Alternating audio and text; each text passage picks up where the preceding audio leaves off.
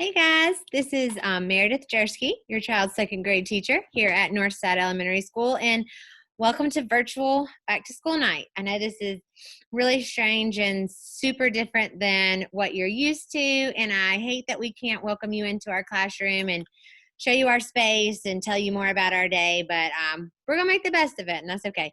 I'm gonna go through my quick little PowerPoint just to explain some rules and procedures, kind of how things work with grades and everything. And then Tuesday at 6:30, we'll have a Zoom meeting where you can join in live and ask any questions that you might have about this stuff. And I'll post that Zoom link, the meeting ID and passcode at the end of this presentation. So let's pull this up real quick. Okay, so welcome to second grade. My name is Meredith Jierski, like I said. Originally from Alabama, graduated from Mississippi College in 2011 with my undergrad, and then stuck around for a little while and finished my master's degree right about the first couple years I was teaching. Finished national boards as of 2019, December, so hallelujah for that. This is my ninth year to teach. Taught third grade for 2 years and then second grade ever since. It's the best. It's my favorite. And this is my sweet family here. My husband, Corey, who lives in town, is a custom home builder, and then also helps coach soccer at the high school and junior high. And then our two little nuggets, Emma, who's 4, fun time this year, and then Carson is 17 months old. So a handful, both of them are. And this is Rachel Rogers. She's our student teacher this semester from Mississippi College. So she'll be with us until Thanksgiving as of right now. And so if you hear your students come home and talk about her, she's fantastic. I'm so thankful for her. She's doing a great job. All right, so let's start with the school day. Arrival begins drop off at 7 o'clock. They're allowed to come into the building at 7 o'clock. And announcements, the tardy bell starts about 7:45. So after 7:45, they will have to check in through the office. Dismissal begins every day at 2:10. They start calling car riders and buses at 2:10. And so the office doesn't allow any early dismissals after 2 o'clock, just to keep track with who's here and who's not, to keep up with all of that.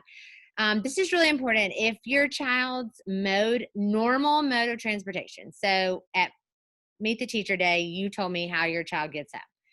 I'm going to send your child home that way unless I hear from you.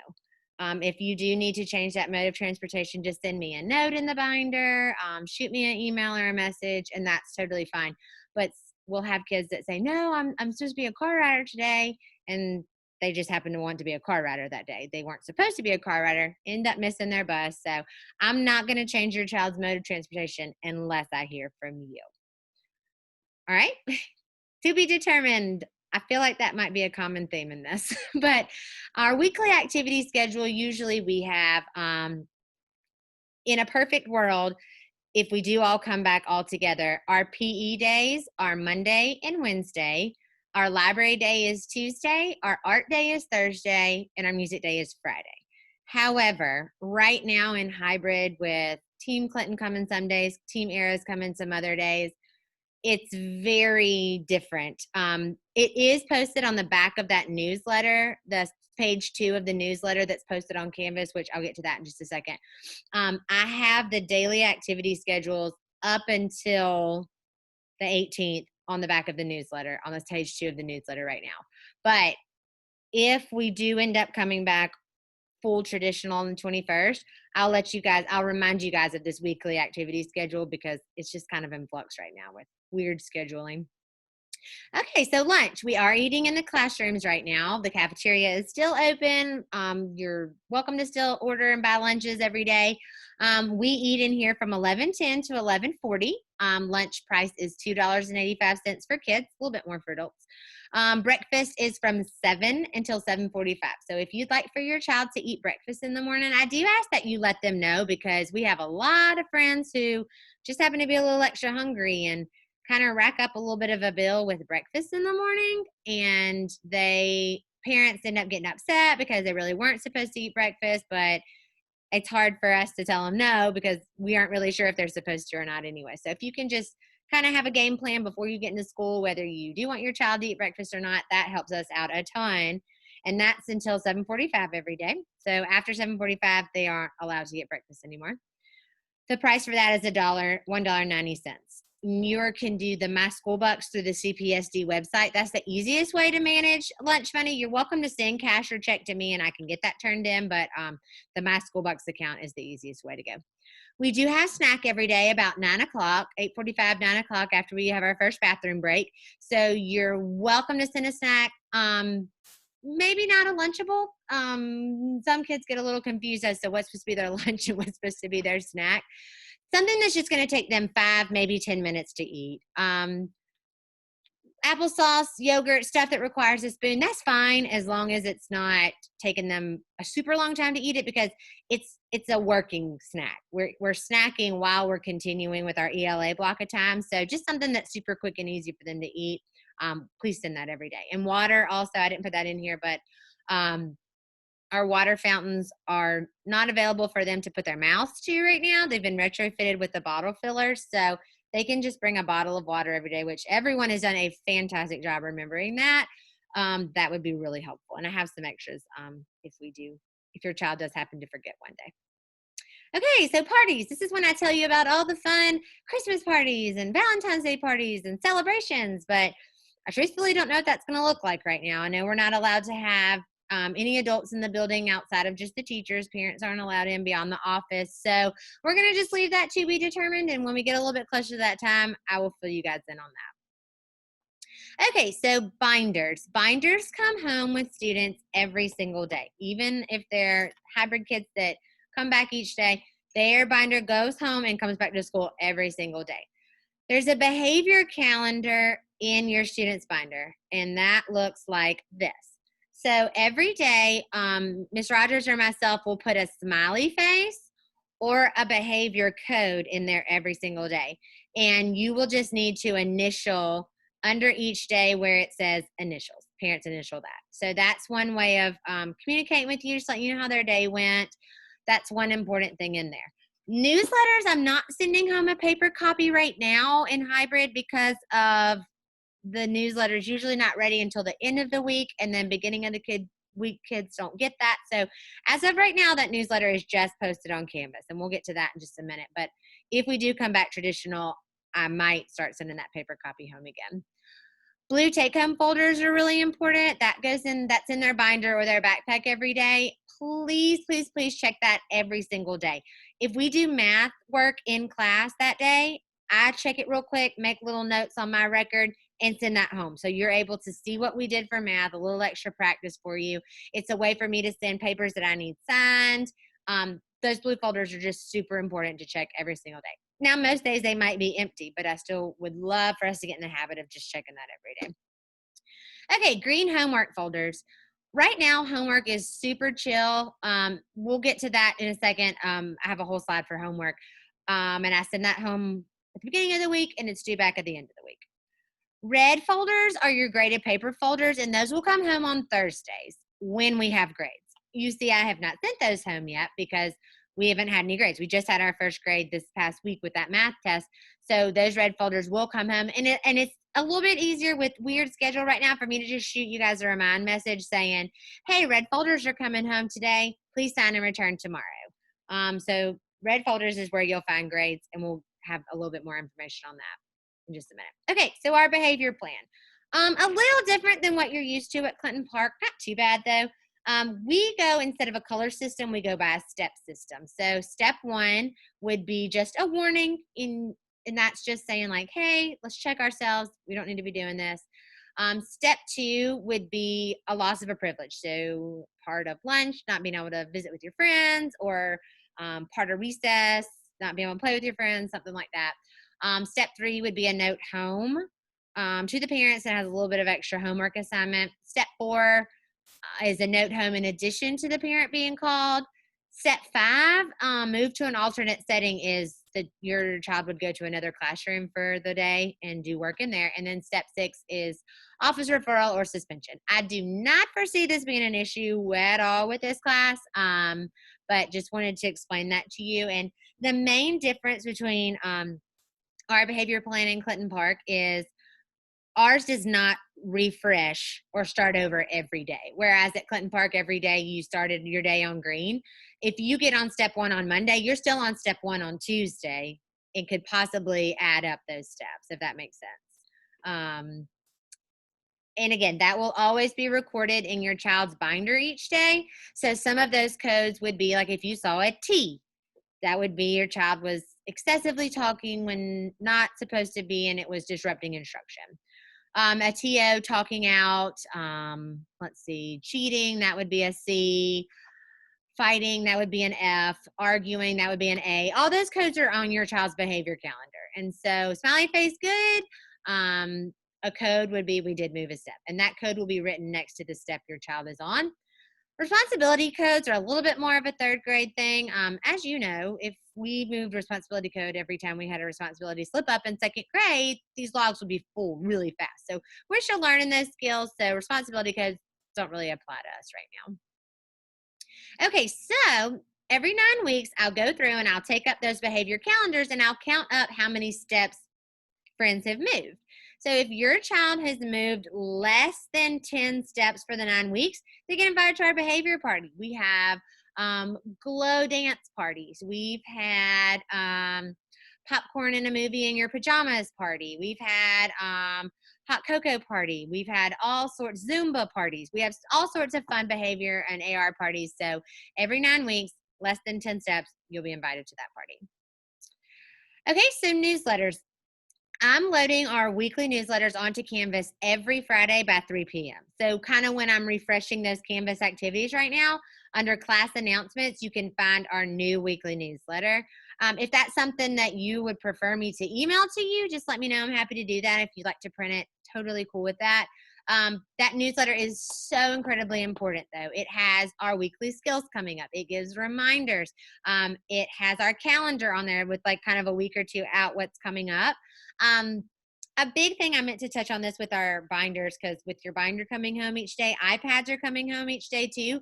And we're having a little bit of a problem, not just our class, the whole school, with charging iPads at night. I know, I need you to hear me. I know how hard it is once you get home to cook dinner, to talk about your day, to spend time with your family, to get all the things in you want to do, and then remember to charge your iPad.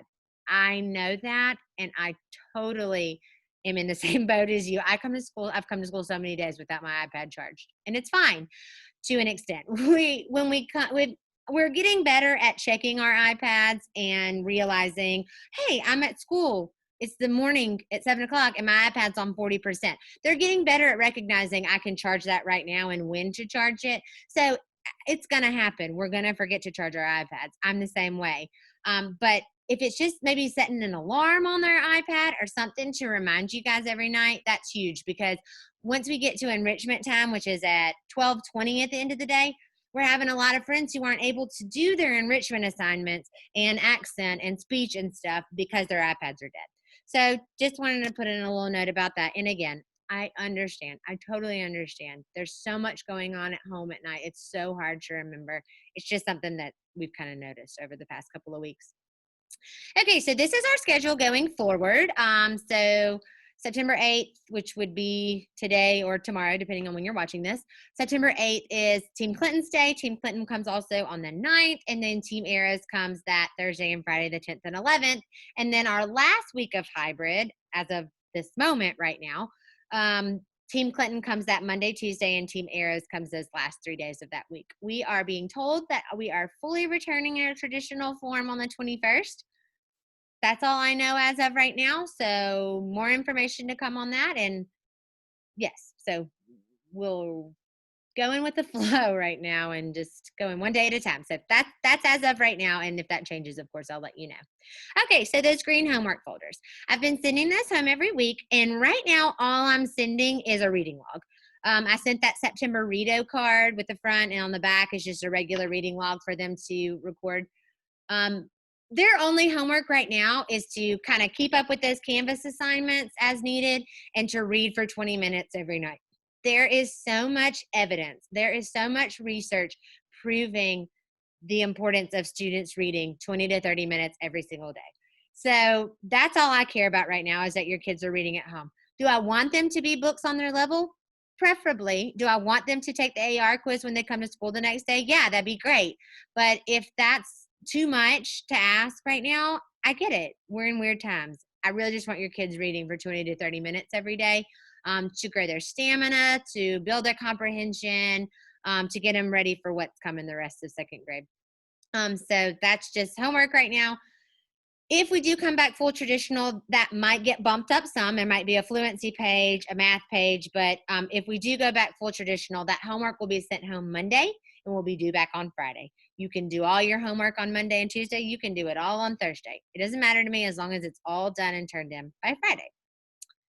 Okay, and again, graded paper folders I told you guys would be sent home on Thursdays, which that might be a little different during hybrid, but we'll touch base on that as it comes.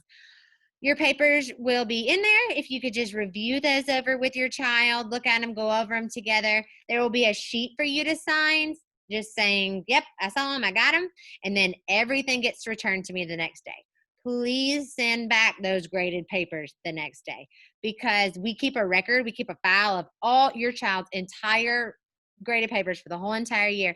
We keep those in a filing cabinet throughout the year. So please return those. If you would like a copy of their grade because you want to spend a little more time over the weekend on it, totally. Just let me know, put a little note in there, and I'm happy to make a copy of that and shoot it back to you.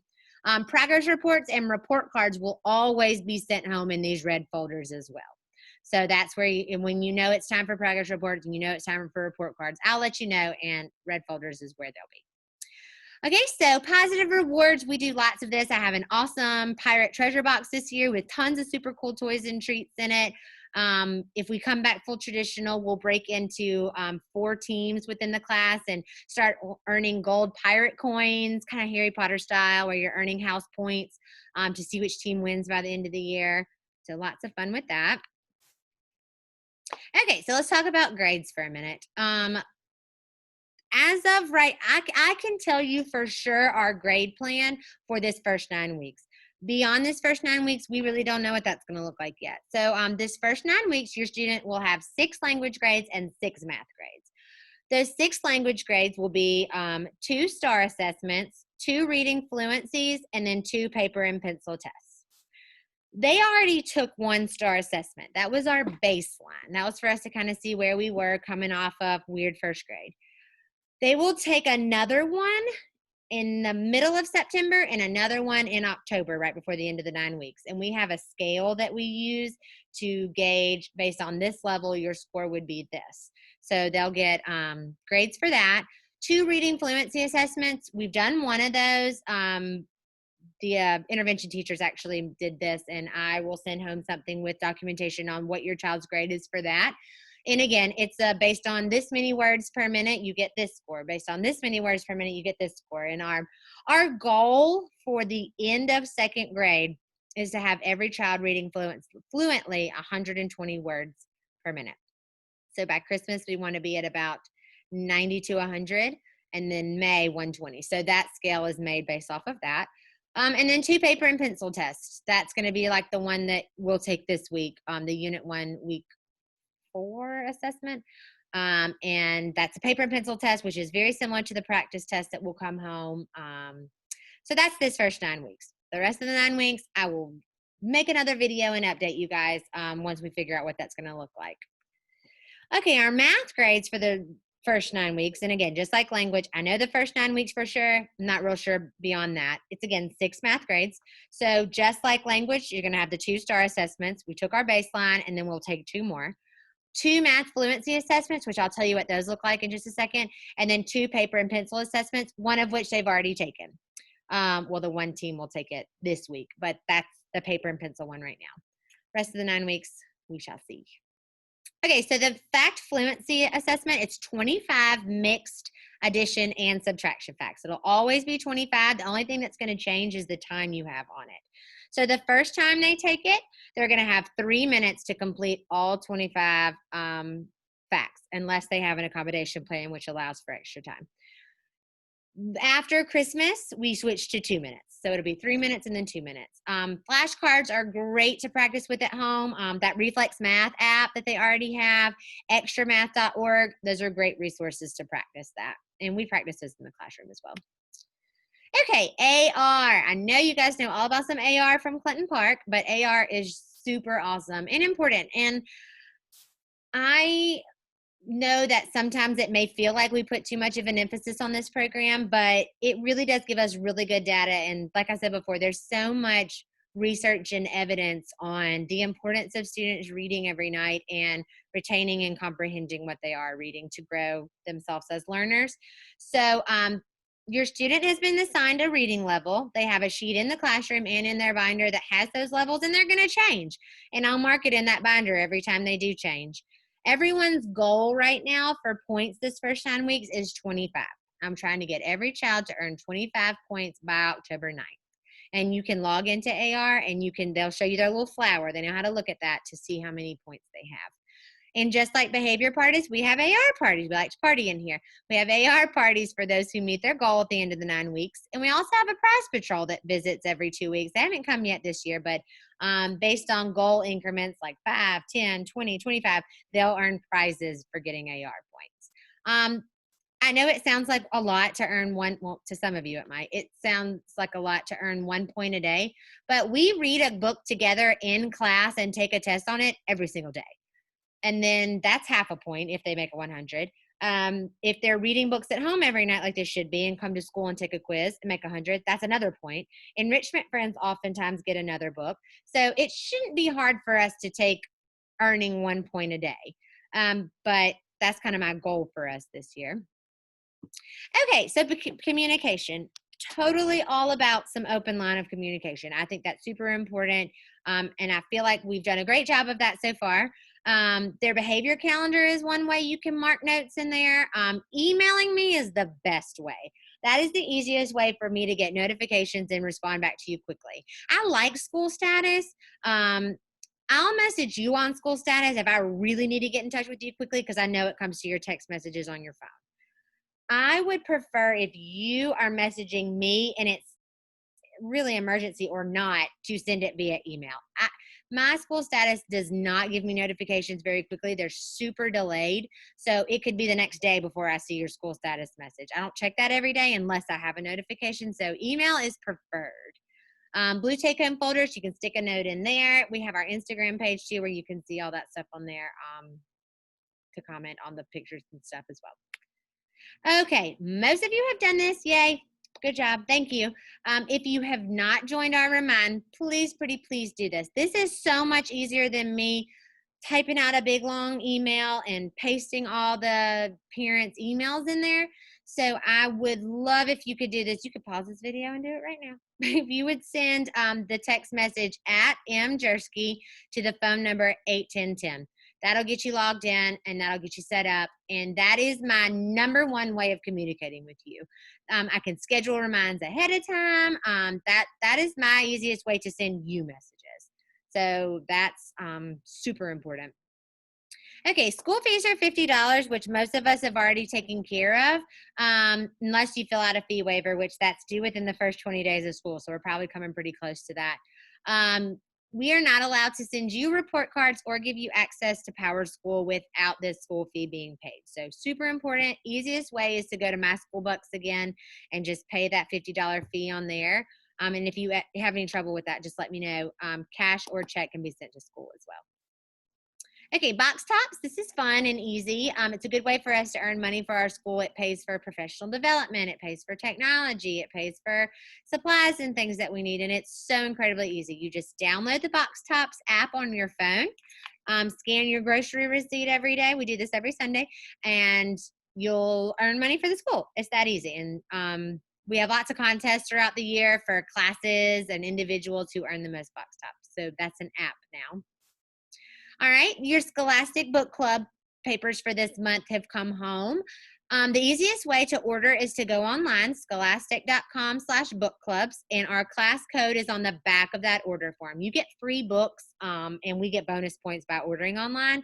You're welcome to send in a check if you'd rather me mail it in that way, but ordering online has become a lot easier.